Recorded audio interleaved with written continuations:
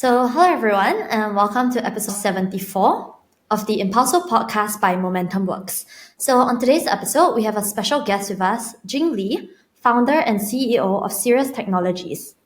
Before Sirius in Bangkok, Thailand, Jing had actually been a lead architect at WeBank, the world's largest and some would argue the most successful digital bank. At WeBank, he assisted in the development of the world's first banking architecture built on off-the-shelf hardware and open source technology. And he was brave enough to take his expertise as well as learnings, and more importantly, his team, to create Sirius Technologies in a different country, enabling digital transformation for banks and financial institutions. Hi Jing, and thanks for joining us today. Hi Sabrina, thank you for having me. Recently, Momentum Works and Sirius Technologies have actually launched a joint report called Transforming Digital Transformation. This report will be linked in the show notes below. And of course, joining us today, besides me and Jianggan, we also have Yorlin, who before Momentum Works actually had some experience of digital transformation, right? Yeah, I did, and had fun with working on this report with Jing, together with Nanette and Daniel. I thought we had fun doing digital transformation before. We will talk about it later today. So maybe to set the scene, we can talk about how did the idea for this report even come about? Why did we want to launch this report on digital transformation? I have no recollection, so I think Yorlin and Jing. I think from what I understood, it happened over drinks. So I think that's why I had no recollection. So I think Jing, you were in Singapore, right? And then I think you met up with Jianggan, and then I think over drinks you guys were talking, and then I think this idea came about. Yeah. So I think the main reason for us to launch this report, I think it came from the question like, hey Jing, exactly what does Sirius do? So why you build Sirius? So and then I start talk about the challenges that enterprises facing in their digital transformation journey, and all the problems and all the failures, and then start to share a little bit about how the way that Sirius does digital transformation can help the enterprises to approach their digital transformation differently. And of course, the amazing title of Transforming Digital Transformation came from Momentum Work. And engineer like us can never come up with these own creative captions about the ideas. So it came from a very honest sharing from my side about why I built Sirius and what I want Sirius to do. So that's the way it started. Yeah. So actually, one question here: why did you build Sirius? Sabrina mentioned in the introduction that you were brave enough to actually your team who had been working with you for years, and to build this company outside your comfort zone, which is Shenzhen, where Tencent and WeBank were based, and you're now in Bangkok. And obviously different culture. I presume your Thai has improved since then? Nick Noi. A little bit. Okay. Yeah, so why? Actually having a company like Sirius is not just my idea. We tried in WeBank, and then we actually started forming this idea in late 2016. And then, unfortunately, because of the changes in the regulations in China, banks were not allowed to spin off any fintech company since 2017. So our initiative was killed by the regulator in China. And then for other participants back then, to them, fine, they decided to just, stay in WeBank. But for me, I truly believe that what we built in WeBank is something for a much bigger stage. And then we believe that such a good know-how shouldn't be limited in serving just one bank. And then I'm maybe the craziest among the few. So I struggled with the idea for a while, and then I decided that there's one thing that will never come back. It's time. So then I discussed with my core team, and they all decided to follow me. So and then we left WeBank, and then to keep pursuing this vision about, bringing this know-how to. So obviously now you're in Bangkok and you work a lot with banks in Southeast Asia and to a certain extent some banks in Latin America as well. So your previous experience with WeBank in China, and obviously WeBank was built from scratch. We interact with lots of banks and people tell us that WeBank is amazing. I don't know exactly how they did it, but it's amazing. So maybe if you ask you to summarize, how did WeBank become successful, and how do you see the banks in this region are different from WeBank or the banks in China? And what are the lessons that are applicable to this region, to the financial institutions in this region? And before you then start talking about how painful it is to do digital transformation. So everyone sees WeBank as a largest digital bank. So because it's easier to see that they have almost 400 million users. But the actual success factor for WeBank to grow so fast is the strong belief in, today we call it embedded finance, back in 2014. So nobody is talking about embedded finance in 2014. Embedded finance was not even a thing back then. Okay. So, but from day one, probably because of the Tencent DNA, probably because of all the, amazing bosses and we had back then, we went from day one, never positioned ourselves as a bank. We positioned ourselves as a tech company with banking license. So from day one, we knew that we couldn't compete with the incumbent banks if we built ourselves in the same way. So we decided to be the connector between banking sector and in China, the industry, the internet companies. Okay. So we want to be the bridge that brings all the capitals and all the licenses and all the risk capabilities from the banking sector and then inject them into the real use case, especially in the internet industries, on the internet platforms. So because why we do that? Because internet platform in China is the easiest way to reach out to the mass market. Okay. So we become the connector. So we then from day one, we are not launching like a mobile banking app or typical banking products. From day one, we start to embed our abilities into mass platforms. The most popular product in WeBank is microloan, and microloan is not even available on WeBank's banking app. It is available on WeChat. It is available on QQ. Okay, and then we built some crazy business solutions for McDonald's. We were the platform behind McDonald's, the digital membership, all the vouchers, coupons, and their prepaid wallet. Okay, so and this kind of use cases is how WeBank been able to grow so fast. Hence, nowadays when we talk to all the banks in Southeast Asia, other than talking about the distributed architecture, about using low-cost technology to achieve premium-grade outcome, we also talk a lot about embedded finance, about invisible banking, about the necessity for you to modernize your IT, not just to lower the cost, but also to make yourself composable, so you can become as flexible as WeBank to launch a more appropriate product for your partner to fall in love with you, and then forming a win-win partnership to embark on a new journey. So to summarize, WeBank success has two sides. One, of course, is the one that I'm more familiar with, or I'm part of the core team, which is the tech. And the other side is the business growth strategy, and very simple, towards invisible banking. And in the modern term is embedded finance. I think based on my discussions with various people in the ecosystem, right, WeBank is actually one of the poster child for how banks can innovate today. So every time we get a request, it's usually, is WeBank available for a visit? And I would love to see what's happening there. So I was actually quite impressed the first time I spoke with you, Jing. It was in Bangkok in your office, right? Right. And you were sharing with us how the fundamentals work, the infrastructure, and what you had in mind. Coming from an ex-banker background, the kind of challenges that I saw, and I think this is why I really enjoyed working with you on the report, the transforming digital transformation, is that existing banks nowadays, they're catering to a different target audience, and especially in Southeast Asia, they don't have this competitive need, this kind of competitiveness that China banks have, and so they can afford to move slower. And usually for quite a number of banks, legal and compliance play a very big role.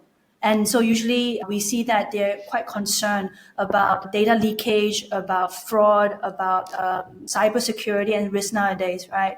So hence, I think that's where the Sirius solution comes in the middle. And I remember when you visited us in Shenzhen to give a sharing to one of the kind of visits we did, you said that I remember your words very clearly. A bank is like a jumbo jet. It's very powerful, but it must move a bit slower. Whereas tech companies nowadays, like the e-commerce players, are like speedboats, right? So they can move much faster, but their firepower is very limited. So imagine you have the speedboat on the jumbo jet. Doesn't jet move faster than a boat? The legacy bank are the aircraft carrier. Yeah, aircraft carrier, so it carries the jet. Yes, yeah, aircraft carrier. So that actually stuck with a lot of like people since then. But it's kind of true, right? Aircraft carrier needs to be protected from all its flanks by sort of all its like different. I mean, now you can make the analogy, right? I mean, anti-submarine, anti-air, whatever. So these are the compliance and Legal compliance, yeah. etc. that we're talking about, right? And it becomes more important, especially in today's environment, right? Trust is so important, and people go to a bank and they're putting all their money there, right? So I think, of course, legacy banks will want to find ways to protect the trust. And but at the same time, I also know that they want to grab hold of new opportunities in e-commerce and I think on the online channels, right? So I think hence this is where the solutions come in.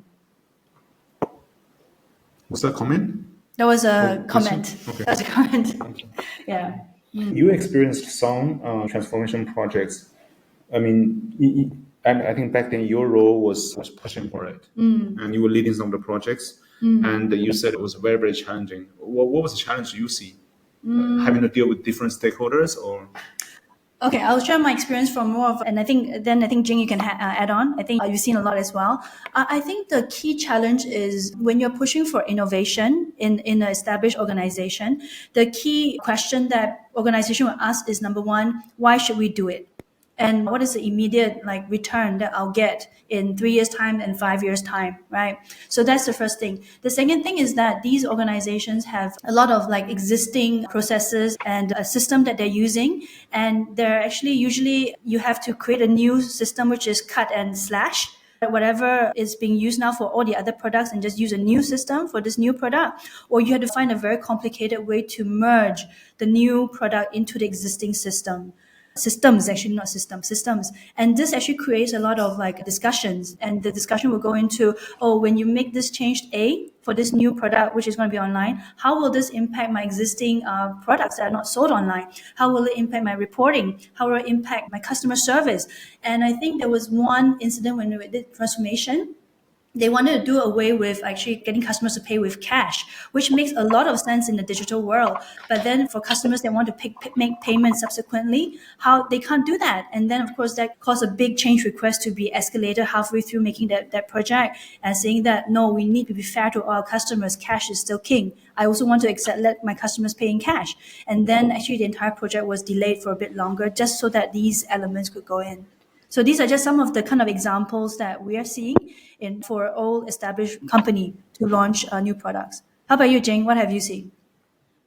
Yep. So I saw things mostly from the tech perspective. So there are many different reasons for not very successful transformation projects. Typically, it's because of the complexity of doing such a thing. In a bank, it doesn't matter which system you're changing. You can easily have a huge dependency across multiple upstream and downstream systems. So doing such a change is typically, like I shared with you guys earlier, it's like doing a transplant operation. You are removing an organ and replacing with a new one. And then so doing such a project, such a operation, you need to create a bypass if it's a heart transplant or there's a lot of preparation need to be done. And imagine if you are doing multiple transplant projects at the same time. I mean, in medical world, it will never happen. Okay, but in digital transformation, somehow we believe that we can do that. Okay, so that's why you typically see the bigger the organization, the more ambitious they are. They typically tell you it's a 5 plus 10 plus N. So 5 core system being changed, 10 major upgrade, and the N dependent project. You can see these kind of captions a lot in the past. People underestimated the complexity of making too many changes in too many different places. That is typically a number one reason of failure. And number two is typically because of how currently organizations are organized. So they typically have a two sides of the coin, business and tech. Okay, they don't see each other. Just like your coin, the head will never say see the tail. That's kind of like the business and tech in most of the organization. They are on opposite side. Okay. So another very interesting factor in WeBank is that in WeBank, business and IT, they're on the same side. So basically, IT team has its own business people, and business can have its own IT team to do their own initiative. It's pretty hybrid and fusion, the model. That created a lot less gaps between the understanding of why are we doing this and exactly what we want to achieve in this. Okay, so that makes the communication between IT and tech in a lot smaller and more effective. Okay, and then so I think that is why in our reports we mostly focusing on these two parts when we were talking about the solution. How to reduce the gap between IT and business, hence the idea of fusion team and all the elaborations. But also how to minimize the cost of change and minimize the cost of failure. How to still achieve all the digital objectives without doing all these transplant operations at the same time. I really like the term fusion teams. I think I used to think that is only something that happens in startups, right? Because one person will be doing multiple roles. And during the creation of this report, I learned a lot from talking to you, Jing, as well as the kind of like insights that you shared. And what I enjoyed about the fusion team concept is more like getting existing people in the organization to now unlearn a bit about what they have learned in the last 10, 20 years of their work experience, meaning that I'm no longer just like managing finance, I'm no longer just managing product, but I also need to know how it works in the IT part, and I need to also be able to do certain tasks that in the past I would just pass on to Jing. This is your role, don't come near me. And you would say this is a customer complaint, it's not my problem. But we're in a fusion team, we're all gunning towards the same goal, and we all need to work on different tasks in order to achieve that goal, right? Isn't a fusion team what a product team is supposed to be doing? It's like linking business and IT. Because I remember when I was running multiple internet companies. I mean, the product team always serves as the bridge between development as well as operations, right? But of course, it's a tough job because everyone wants to strangle them. And I think in the finance world, I think in my experience, it was called something like a change management team or a transformation team. And this would be a bridge between the product people as well as the business people. What I think, and in the report, we also mentioned a term called enterprise architect, which is going to be taking on more role. Change management is actually more like the processes, the people, the business strategy, etc., etc.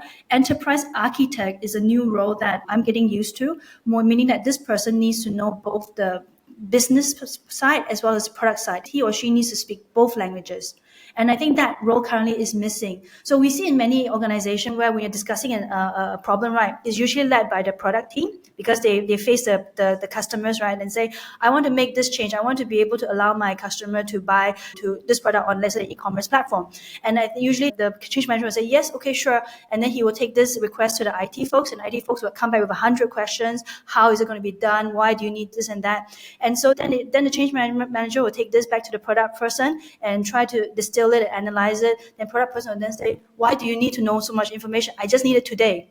Just get it done today. So we're seeing this kind of dynamics, and it's not wrong because both parts have different KPIs to hit, right? Business needs to get more customers. IT needs to make sure that the reliability and the system is safe. So the fusion team comes to gel this. And I think the enterprise architect is important to work together with the change management team to talk the same language, have the same framework and infrastructure, and align the business goals and IT goals. What would be the KPI for enterprise architect then? Do you have any idea, Jing? Yeah, so just happened that we are serving as an enterprise architect consultant for one of the lead bank in Thailand. It is very difficult to set a KPI for enterprise architect because one way you can say that the enterprise architect is the most all-rounded experts. Because if you look at TOGAF, which is like the holy grail of defining what enterprise architecture is, it covers business, technology, application, data, and more. Okay. But on the other side, if you look at it from different angle, we are also the ones that need to learn to compromise in the right way. Because you can never have a perfect solution that please everybody. So what to trade off for what? So there's a lot of decision to make. So ultimately, I think the goal for enterprise architect is to define the standard and set the framework, set the process to allow enterprise to move forward in the most effective way. What is the most effective way? Typically, it is measured from ROI's perspective, and then also time to market, and also success rate. So I do believe that we need to measure even the tech team from the business perspective. That's the whole idea of fusion, right? So if you measure tech team about like a number of bugs, availability of your systems, you're basically saying that primary school students should do 1 + 1 = 2. Yeah. But if you really want to measure the effectiveness, the performance of tech team, they should also share the business KPIs, ROI, time to market. If, for example, right, this project, you say you need 100 man day. Can you do it with 80? Can you do it with 60? Right? Why not? What do you need to make yourself more efficient, more effective? So I think the tech team should own business-oriented KPI as well. ROI to tech team is not about how much revenue you make, because tech team is not directly responsible for the revenue, but you are responsible for the cost. Can you reduce the cost to improve the ROI? Can you be more efficient to improve the ROI? And then time to market, can you complete faster? And then finally, success rate, can you not to fail your technical build? Okay, so these are the kind of things that typically I use to measure my own senior tech guys. Because we are a tech company, so we have to create a slightly different culture among ourselves. So engineers are also having the concept of a gross profit. So I think if we apply the similar mindset to enterprise architecture, who's literally become the right-hand person for the business leader, so then this person need to think like a business guy, cannot just think like a tech guy, talking about how many lines of code, how many bugs per 100 lines. That is just doesn't make sense. So on this note, right, and then I want to link this to another point that we also wrote in our report, is the new way of actually looking at innovation as well as the cost, right? So to your point, Jing, if an IT guy is supposed to reduce the time needed from 100 days to 80 days and reduce the cost, on business side, they also need to build innovation in bite size, in composable size, right? So instead of spending 6 months to build everything, to make this a gigantic launch, how do we do that in a composable size and iterate and see what's the result before moving on to the next part? Yep. So I think the key approach here is called domain-driven design. Okay, domain-driven design is a highly abstract skill that is very, very confusing. If you go and buy books to try to read and understand what domain-driven design is, you probably will not even want to finish the first chapter. So, but in the layman's term, if I may add on, right? Go on, please go on. Yeah. It's basically very simple. It just helps you how to dissect a complex things. Okay, so if you say that, for example, right, you can just say that I have a requirement. I want to launch a digital bank. That can be a business requirement, and then it will take a very, very long time to analyze and then to build. But if you start applying domain-driven design into just this phrase, I want to build a digital bank, then you will start dissecting digital bank. What is the digital bank? And then you start applying all the approaches, divide this one big motherboard into smaller chunks, and then smaller chunks within the small chunks. So it is a top-down approach about breaking down a complex things into well-bounded, smaller domains with clearly defined boundary, entity, behavior, and characteristics. So basically, it is a drill down. It is a process of dissecting complex things. Then you have a clear understanding of what is going on. And then you can pick and choose a much smaller problem space to solve. And then you start aggregating the solution of smaller problems, become the final solution to your big problems. So that's exactly what you said. In order to go to market faster, your problem has to be simpler. Otherwise, there's no magic here that some technology can help you solve a complex problem in the simpler way. You can only solve a simpler problem in the simpler way.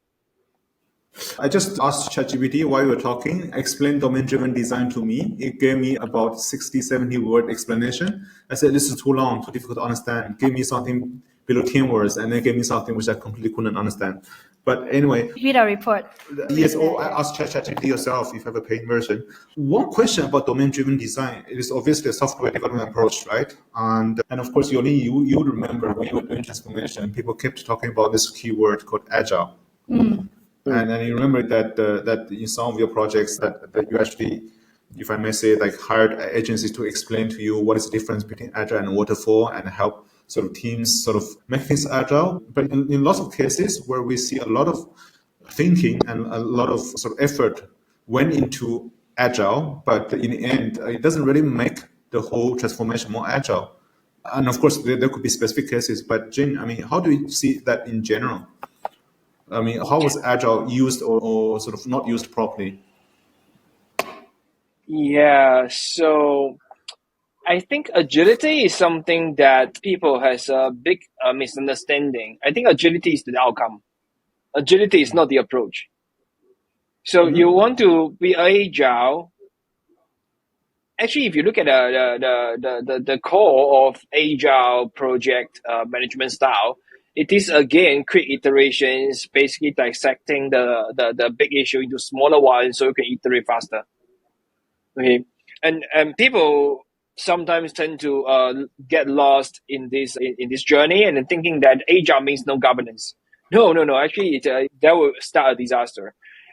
Actually, I think agile needs domain-driven design, because at the end of the day, it is about dissecting a complex issue into smaller problems so that you can iterate faster.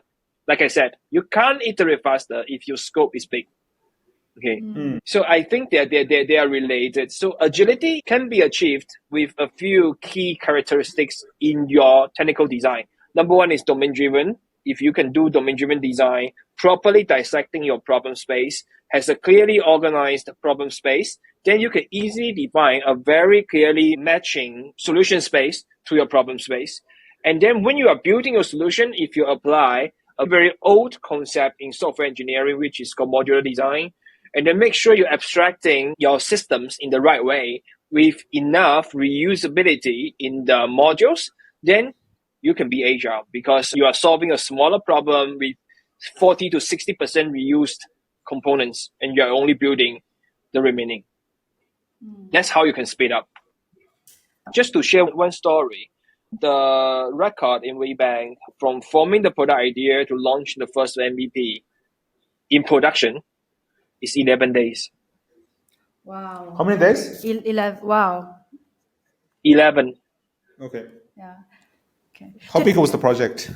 I think it's a retail, e-commerce retail kind of online, offline financial service. Yeah. So still requires products, still requires integration and all this testing and stuff, right? Exactly. So it's still compliant to all the standards, but 11 days because in WeBank there's 6,000 plus 7,000 events that is becoming the glue for defining the business flow. Okay. Yeah. And I think to add on, right, and you also, something that Jianggan usually tell us is that when you can be agile, you can run fast, that's great. But if you're running in the wrong direction, then the entire project is going to end up, failing. So the kind of issue that I think businesses also need to have is also making sure when you do modular and agile design, composable, is running in the right direction. I think that's something. So I think domain-driven design is the starting point. And then it comes to the digital twin of domain-driven design. Domain-driven design is talking about human. Human need to exercise domain-driven design to better define the problem. But on the system side, on the digital side, it is event-driven. So that to make sure that whatever you build can easily be composed, are not closely coupled together. So these are the two, exactly. And you typically can't do event-driven if you don't do domain-driven because you don't understand how many entities in the problem space, their behavior, their characteristics. Then you can't plan the events, and then they become super messy there. Yeah. So the technical version of domain-driven design is event-driven, using event-driven to support all this. Yeah. So if let's say that, I remember that we put in a report that the composable innovation equals domain-driven design plus event-driven, right? Yeah. So the question is, if this brings obvious benefits. Why aren't organizations already adopting it? This is a great question. To achieve that, there's a lot of technical challenges. Okay. First of all, I remember Yorlin, Lynette both try to learn domain-driven design. And then if you ask ChatGPT and you get a very abstracted answer, right? So that's how difficult practicing domain-driven design is. Okay. So it is, everyone knows the value, everyone knows the power, but to actually do it, it takes a lot of effort. Okay, it takes a lot of effort. So that's why the learning curve for domain-driven design is very steep. It takes years of exercise to perfect it. Our domain-driven design journey started in 2010. So when we were designing the core banking systems on AS400, we took a deep look at one of the very famous framework coming from IBM. It's called IFW. Okay, and IFW is a very comprehensive financial framework coming out from the Dublin lab of IBM. So IBM was the creator of this thing. And then inside of this whole thing under the data model section, there's a domain design they did for banking sector. So we learned that and we start applying that in all the projects that we did from 2010 until today. So through years of exercise, the core members of my team learned to think in a domain-driven way. So this is not something that you can take a 10 days lesson or 15 days training course, then you are master already. No, you can learn how, but it takes time to perfect. That is why the adoption of domain-driven design is not very, very high. It's because it is difficult. Without domain-driven design, then event-driven architecture become quite difficult because it depends a lot on the clear dissect of the problem, but also because event-driven itself, we always say that things are loosely coupled. They are not like command-based, but they are fact-based. That also means you don't know what's going on in the plain term. Okay, you don't know what's going on. And you don't know exactly what's going on. It's very scary. It's very scary for most of the banks. Most of the banks, they want to know exactly what is going on. So that's why they are still doing the SOA, API-based, A call, B call, C call, D. Okay. So, and then in order to get your loosely coupled system design to function and perform, as well as the closely coupled design, there's a technical barrier need to break through. Yeah. So many reasons adding together, making composable application a bit more difficult to achieve at the same time. Nowadays, it's a lot better because we already have microservice. 10 years ago, 15 years ago, it's even more difficult because it was monolithic running on mainframe. Big chunks of code packaged together to run. That's even more difficult. Today, we already have the technical foundation for doing composable application. That's why we are talking about it. You have microservice, you have container, you have event mesh. All these technologies are there to facilitate you to drive a domain-driven design on a event-driven architecture. Then the remaining is how can our human being adopt into these mindsets and then start practicing it and implementing it. But when you say that that it takes, more than 10 years to have a really good handle, at least that comes from your experience, then in the market, so realistically, how should organizations go about it? And I think the usual approach that many organizations do is that they will have consultants, right? Because consultants have seen a lot of different use cases and they should be able to advise that. But what do you think is the most right approach to actually achieve composable innovation in a fast way? Aside from engaging Sirius, Okay, the primary approach is to engage Sirius. I'm kidding. Yeah, so I think that the fundamental way to address this is to pay attention to build your enterprise architect team. You might not be able to find a ready to deploy team in the market, but just support them, just endorse them, empower them. When I say 10 years, it was us. We did it for 10 years already, but it probably will take like a couple of years or 5 to 6 projects that you can already quite, familiar and proficient with such approach. So just be patient with them, let them try. So set a clear strategy, enable the team, and then source the right talent.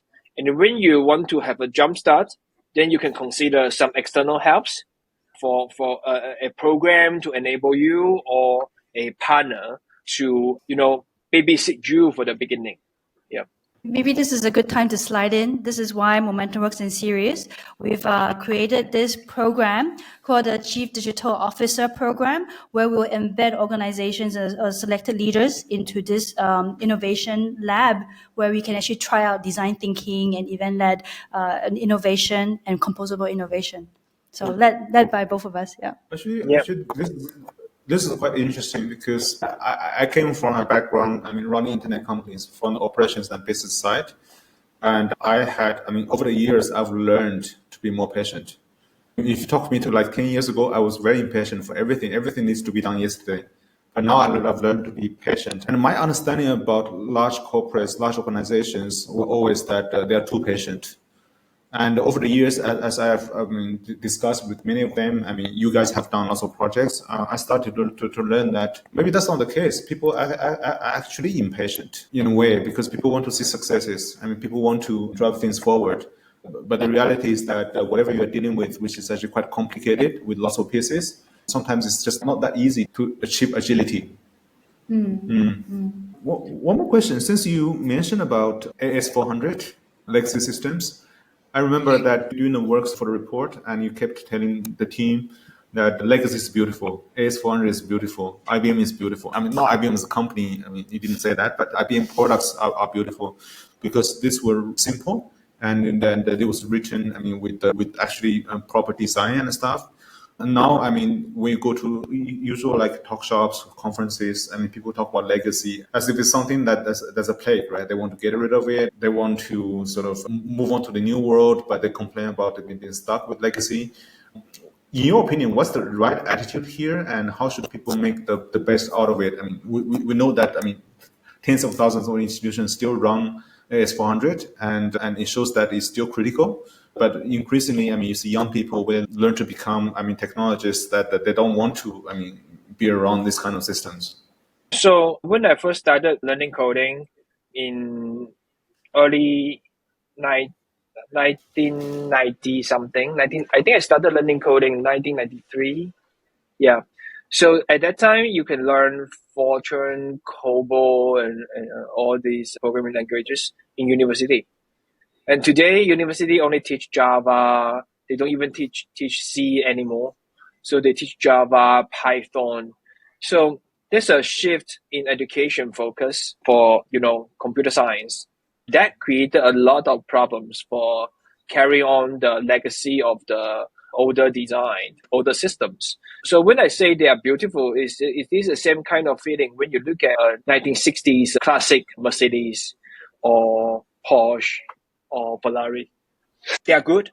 The problem now is that if you expecting them to carry tens of tons of goods, they are not designed for it. Okay, so it's a mismatching between the purpose of the system and then the needs of your business. But you need to ask yourself, right? All your businesses needs to run with a new technology. Is the old technology really running out of value? There's no residual value in it at all. Okay. Recently, we are talking to one of the digital bank applicants about how we should approach between they have what we call the Gen 2 core system and Gen 3 core systems. How to position the products between these two. Okay. So again, like I said, ROI, time to market, success rate is the key. Okay. Then you should really launch the simple and the first batch of product on your Gen 2 legacy core, because it is already there, it is already up and running. Instead of hoping that you can config and customize it, the simple ones on the new generation of core systems. It's very simple. It is the first principle. You apply the first principle. What do you want? If you are a stubborn and a rich person, I really, really don't like legacy.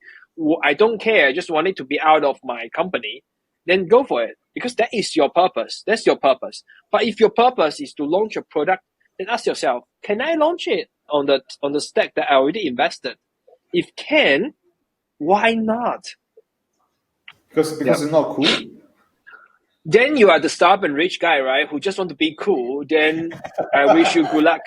Yeah. They always have to buy the latest Ferrari, and every time there's a new version you buy, you have a collection full in your garage. I think only drive one thing. Yeah. I think the fundamental reason for any company to really considering sunsetting any legacy technology, one of the inevitable reason is when the companies IBM sunsetting this product. But typically they will give you years ahead of notice for you to get ready for it. Yeah. So, but other than that, it should be business driven. It should be first principle driven. That you just find the best path for you to get from where you are to where you want to be. And you don't really care about whether you look cool in due process or not. But how about the talent issue here, right? I mean, young people are not learning the systems, and old guys, eventually they will retire and have easier life. So eventually the shift will happen with or without IBM like shifting, right? Exactly. It will happen. But it just doesn't deserve the kind of like rip and replace style of approach at the moment. We still have time. We still can do this in a way more progressive, practical, and efficient way. I think we do have a lot to discuss, and now I have the reflection. Actually, yes, it happened over drinks, and I mean, sometimes I don't remember what happened over drinks until people remind me. Yes, go ahead. Okay, the only shout out I want to give is to Nanette and Sabrina. You download the report. We love it so much. There's this image about spaghetti. I think the closing word from Jing and Jianggan over drinks is that transformation is like spaghetti. It's like a tangled part of spaghetti, and the solution is not to untangle it. The solution is to composable innovation. So putting all these together was just, I think this is actually just a masterpiece in the making. Spaghetti to composable innovation. Love it. Yeah. And I remember when we threw this image into our community, and then people started saying that, hey, we should call it Mixian, we should call it, I don't know. Mirabos. Different kinds of noodles. And it seems that people are passionate about this analogy. And of course, there's different regional variants. But essentially, if you look at the stack that many people are facing, in the financial industry, we're facing the same problem, right? We're trying to address the same issue. And of course, with a bit of cultural variant, et cetera, et cetera. But at the end of the day, I think what you mentioned, though, I mean, what's composable innovation, what's the component of that, etc. And that is universal with the financial institutions we're dealing with today, right? Yep. Yeah, so on this note, Sirius and Momentum Works, we do have this Chief Digital Officer program that we're running for organizations. So we'll be talking a lot more about it over the next few months, and we'll be coming up with more case studies and how fun it will be to innovate composable in a safe sandbox using a Sirius multiverse platform. Thank you, Yorlin. Yes. So hopefully we can bring these to more organizations. Sorry, Sabrina. So thank you, Jing, for joining today's episode of the Impulso Podcast. If you guys are interested in digital transformation, like we mentioned, Momentum Works and Sirius Technologies did launch a report called Transforming Digital Transformation, which will be linked in the show notes below. I do recommend that you check it out because I think it has very good visualizations and breaks down the complex terms and ideas that we've spoke about in this podcast in a simpler visual, so it might help you better understand. And explain to your colleagues. Yeah. Yes. So thank you guys for tuning in to another episode of the Impulso Podcast. We hope that you guys enjoyed today's episode. And if you did, do like our podcast and follow us on Spotify, Apple Podcasts, or your preferred podcast platform to stay up to date on the latest happenings and trends in tech, new retail, and the broader digital economy.